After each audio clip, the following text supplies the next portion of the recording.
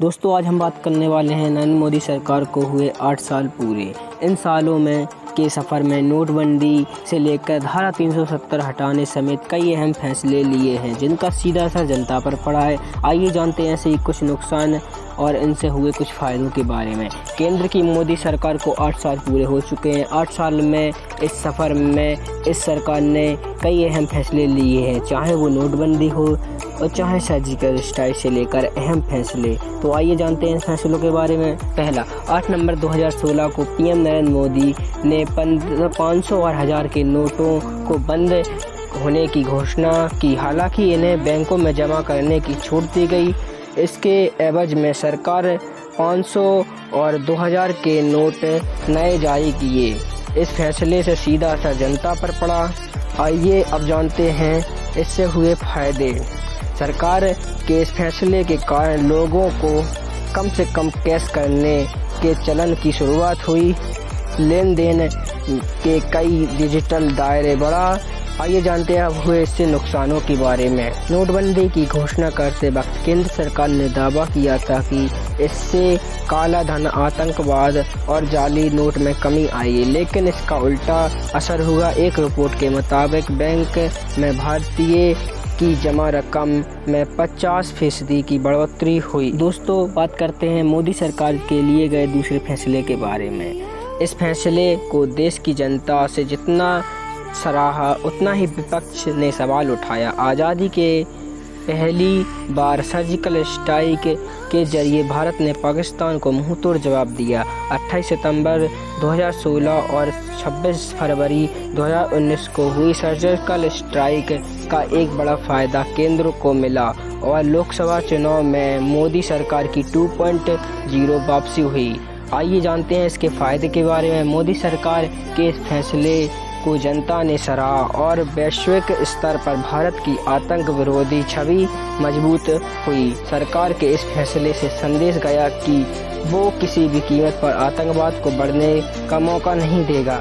अब आइए जानते हैं इसके नुकसान के बारे में। भारत की स्ट्राइक के जवाब में पाकिस्तान ने कुछ विमान सीमा पर भेजे। इसके जवाब में कमांडर अभिनंदन को पाकिस्तान में गिरफ्तार कर लिया गया और उससे बाद में रिहा भी कर दिया गया। आइए दोस्तों अब बात करते हैं मोदी सरकार द्वारा लिए गए तीसरे अहम फैसले के बारे में। 1 जुलाई 2017 को मोदी सरकार ने एक देश एक टैक्स की नीति के तहत जीएसटी लागू किया। आइए जानते हैं इसके फायदे के बारे में। एक देश एक टैक्स की नीति के जरिए टैक्स की विसंगतियों को दूर करने की कोशिश की गई।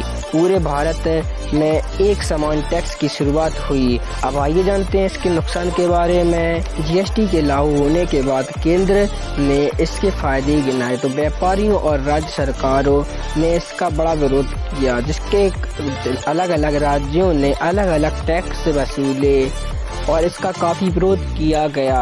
आइए दोस्तों बात करने वाले हैं हम मोदी सरकार द्वारा लिए गए चौथे अहम फैसले के बारे में। मोदी सरकार के इस फैसले का मुस्लिम महिलाओं के लिए बड़ा बदलाव लेकर आया। केंद्र के इस फैसले के कारण मुस्लिम महिलाओं को 3 तलाक कहकर उनसे संबंध को ख़त्म करने को गैर कानूनी करार दिया गया। यह फैसला भले ही 9 सितंबर 2018 से लागू हुआ, लेकिन इससे पहले ही सरकार ने इस पर अपना रुख साफ कर दिया था। आइए जानते हैं इसके फायदे के बारे में।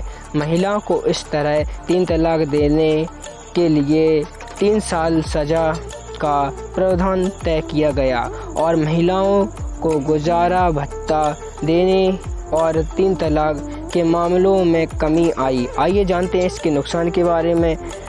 3 तलाक कानूनी कहता है कि ऐसे मामलों में महिलाओं को खुद शिकायत करनी होगी। नतीजा, कई ऐसी महिलाएं सामने आईं जहां मुस्लिम महिलाएं अनपढ़ थीं और ससुराल के दबाव के कारण शिकायत नहीं कर पा रही थीं। आइए दोस्तों अब बात करते हैं मोदी सरकार द्वारा लिए गए 5वें अहम फैसले के बारे में। 5 अगस्त 2019 को केंद्र ने बड़ा फैसला करते हुए जम्मू कश्मीर से धारा 370 को हटाया। आइए जानते हैं इनके फायदों के बारे में। धारा 370 के हटने से जम्मू कश्मीर और लद्दाख में वो भी कानून और योजनाओं को लागू किया गया जिसका फ़ायदा देश के दूसरे राज्यों को हुआ, जैसे ITI, मनरेगा। आइए जानते हैं इसके नुकसान के बारे में। इस फैसले में कई राजनीतिक पार्टियों ने इसका विरोध किया, राज्य में अशांति की स्थिति बनी, कई नेताओं को नज़रबंद रखा गया, महीनों इंटरनेट बंद रहा। आइए दोस्तों अब जानते हैं मोदी सरकार द्वारा लिया गया सबसे अहम और सबसे बड़ा फैसला।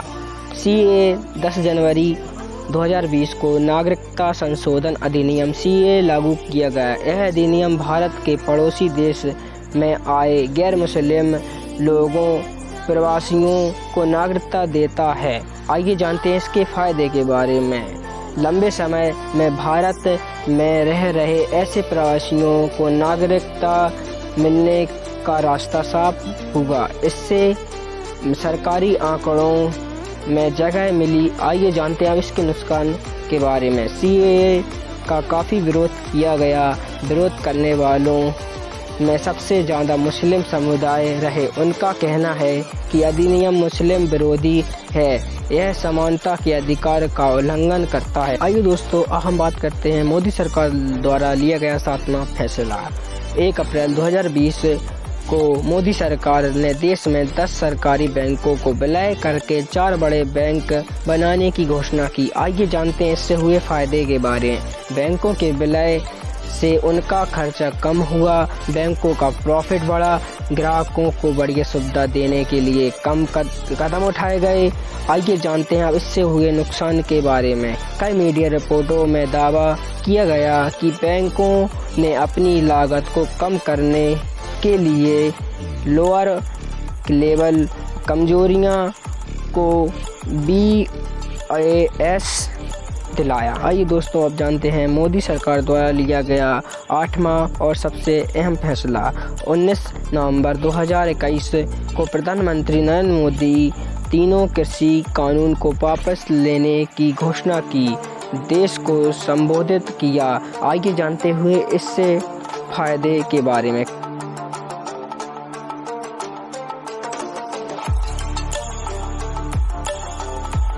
करीब किसानों द्वारा चलने वाले इस साल भर आंदोलन और प्रदर्शनों पर फुल स्टॉप लगा। किसान वापस लौटे और खेत किसानी संभाली।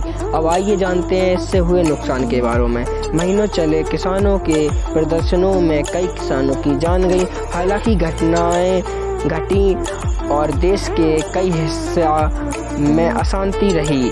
आपको हमने 8 अहम फैसलों के बारे में बताया। ये फैसले के बारे में आपकी क्या राय है कमेंट में ज़रूर बताएं, और इन फैसलों में सबसे अहम फैसला आपको कौन सा लगा ये कमेंट में ज़रूर बताएं। और वीडियो पसंद आए तो वीडियो को लाइक और चैनल को सब्सक्राइब करें। हम ऐसे अहम वीडियो लाते रहते हैं। तो मिलते हैं दोस्तों अगले वीडियो में।